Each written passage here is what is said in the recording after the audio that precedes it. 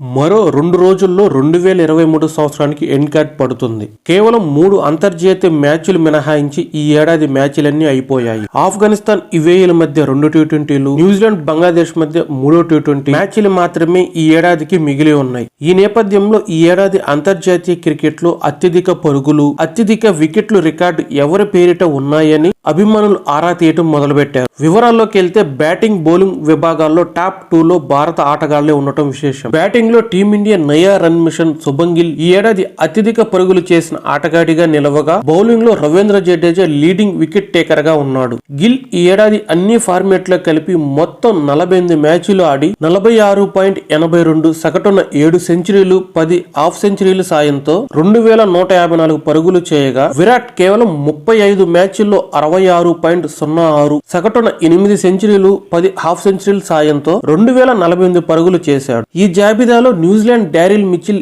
50 మ్యాచ్ల్లో 1988 పరుగులు చేసి 3వ స్థానంలో నిలిచాడు. రోహిత్ శర్మ 35 మ్యాచ్ల్లో 1800, ట్రావిస్ హెడ్ 31 మ్యాచ్లో 1698 పరుగులు చేసి టాప్ 5లో ఉన్నారు. బౌలర్ల విషయానికి వస్తే ఈ ఏడాది అన్ని ఫార్మాట్లలో లీడింగ్ వికెట్ టేకర్ గా ఉన్న రవీంద్ర జడేజా 35 మ్యాచ్ల్లో 66 వికెట్లు పడగొట్టాడు.